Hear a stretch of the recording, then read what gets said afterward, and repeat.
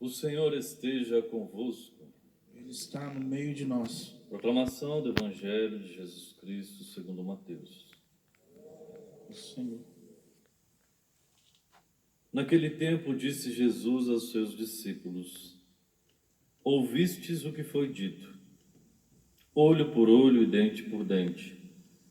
Eu, porém, vos digo, não enfrenteis quem é malvado. Pelo contrário, se alguém te dá um tapa na face direita, oferece-lhe também a esquerda. Se alguém quiser abrir um processo para tomar a tua túnica, dá-lhe também o manto. Se alguém te forçar a andar 1 quilômetro, caminha 2 com ele. Dá a quem te pedir, e não vires as costas a quem te pede emprestado. Palavra da salvação. Glória a vós, Senhor.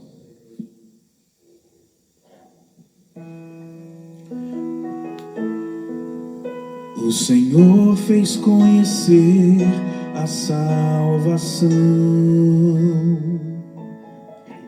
O Senhor fez conhecer a salvação.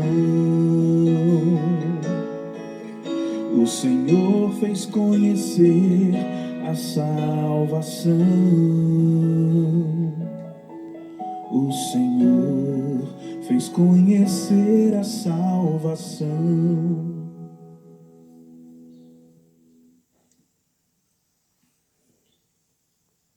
A cada dia, o Senhor nos faz e assim nos leva a permanecermos na sua presença. A cada dia o Senhor quer que cada um de nós o amemos com todo o nosso coração, com toda a nossa alma e com todo o nosso entendimento. E para isso, o primeiro passo que nós precisamos dar é exatamente permanecer na presença do Senhor. De uma forma muito concreta de nós permanecermos na presença do Senhor por meio dos sacramentos. Alguém que vive uma vida sacramental, necessariamente ela permanece na presença de Deus. E alguém que permanece na presença de Deus não teme nada. E esta é a palavra. Não teme nada, inclusive a morte. Quem vive na presença do Senhor não teme, inclusive a morte. Quem são os nossos exemplos neste sentido? Os santos, os mártires, os apóstolos. Eu até recordo para você o cenário no qual a liturgia desses dias tem nos apresentado, inclusive a liturgia de hoje.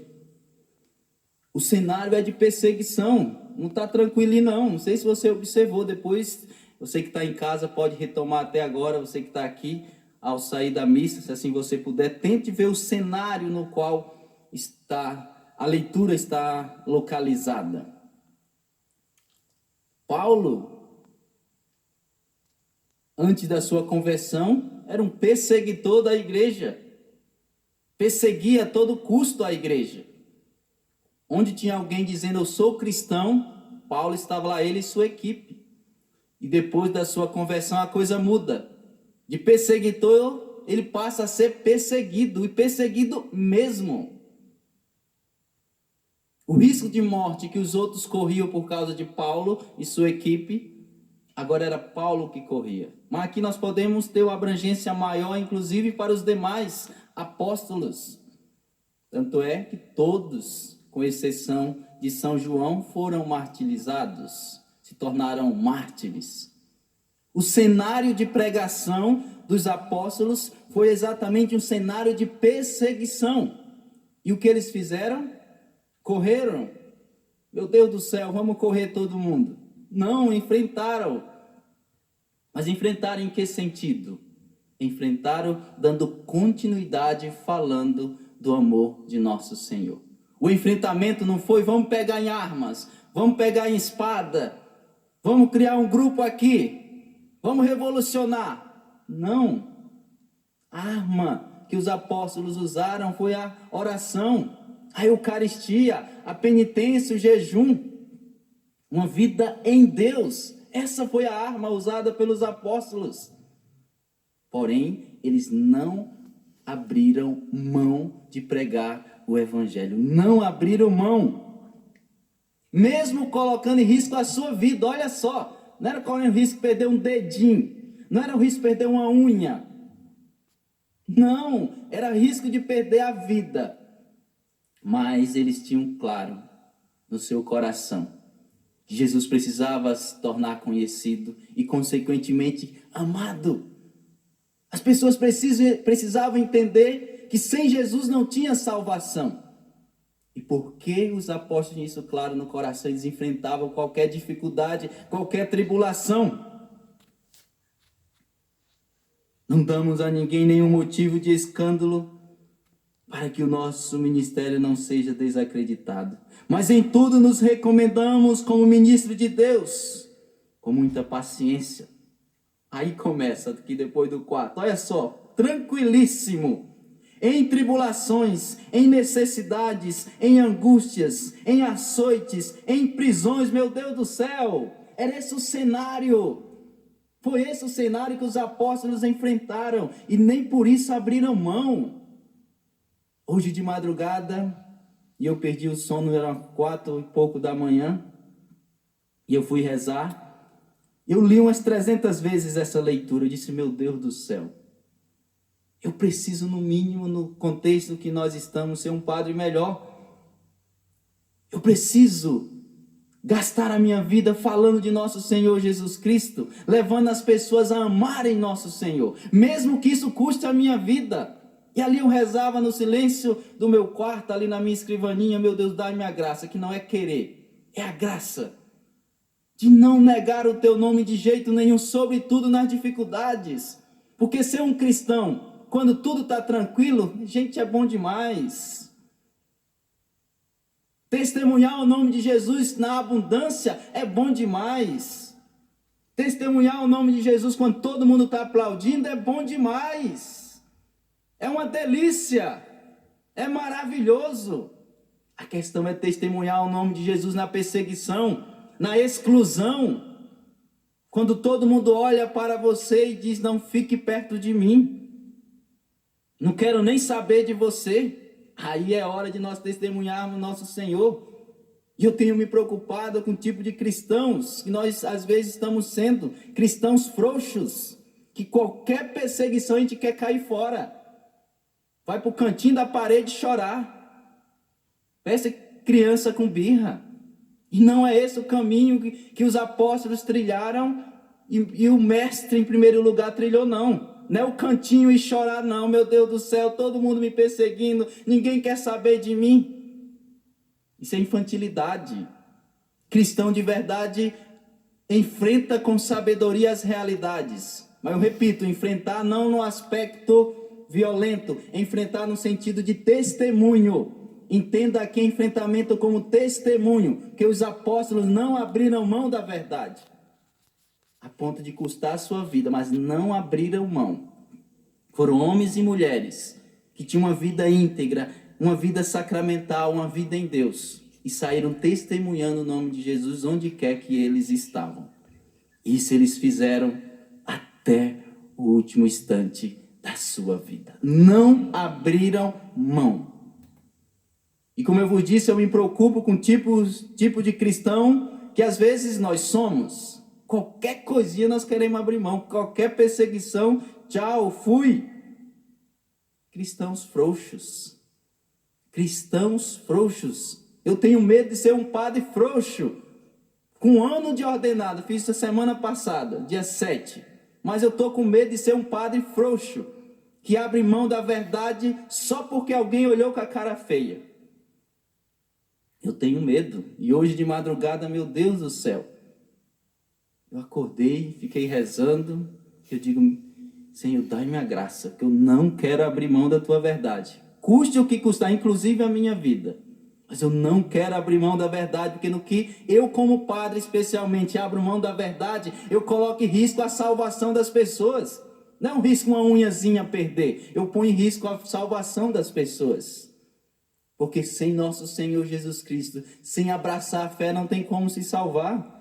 E eu, como ministro ordenado de modo muito especial, tenho uma missão de salvar o maior número possível de pessoas, sobretudo dando os sacramentos, unção dos enfermos, sacramento da penitência e, por excelência, o sacramento da Eucaristia.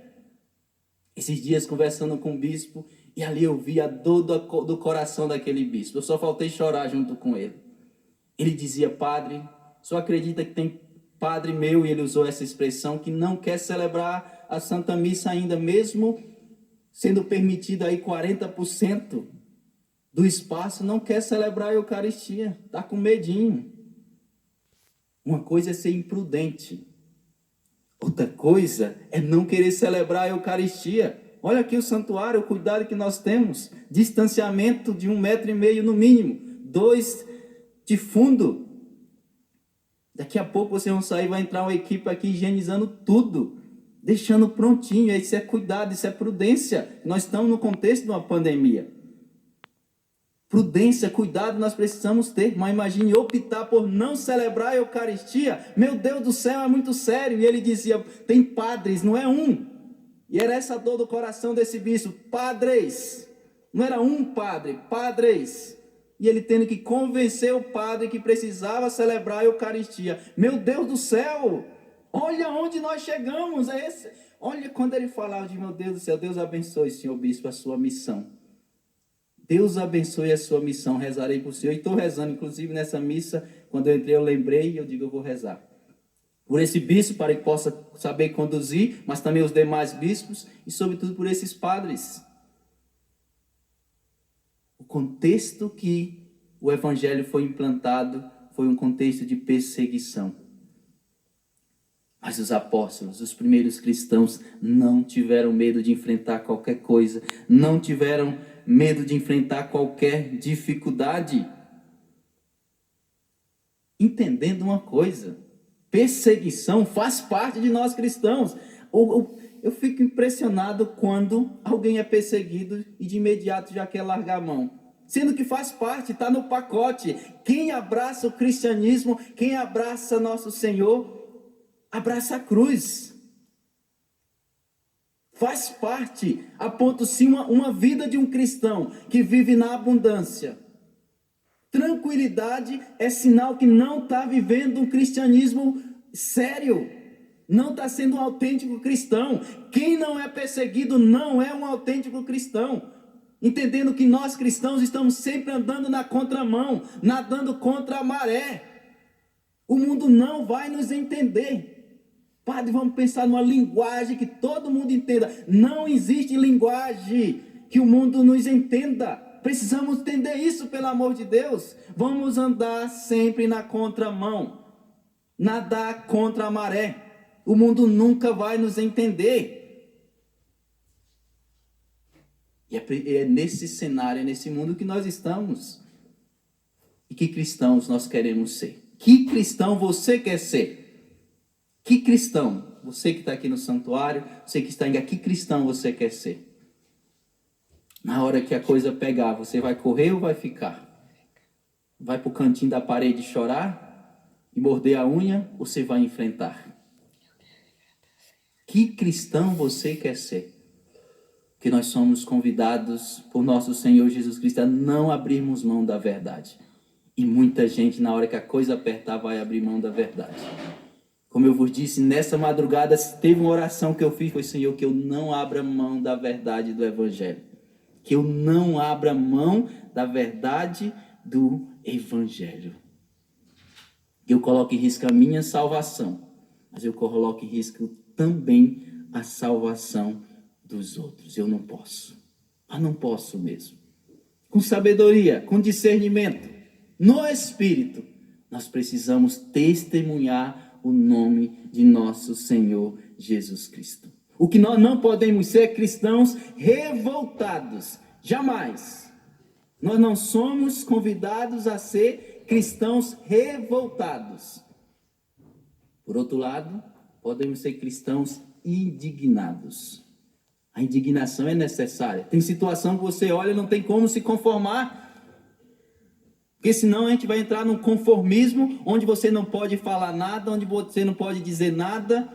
E não é por aí, isso é conformismo. E Jesus não foi conforme a realidade do seu tempo. Jesus foi conforme a verdade, a ponto que no seu ministério só durou 3 anos. Olha só, durou só 3 anos. Eu já durei 1.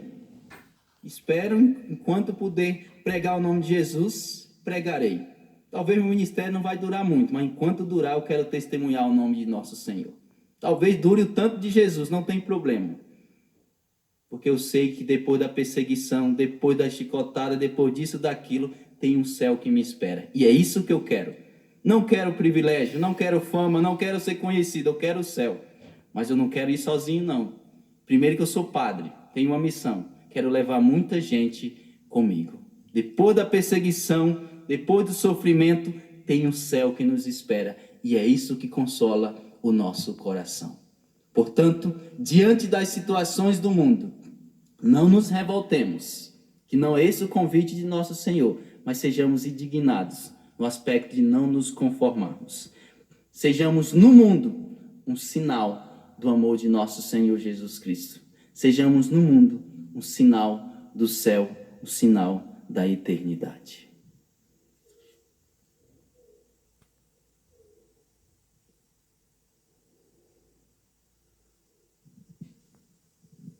Passemos para o nosso ofertório. Você que está aqui no santuário poderá fazer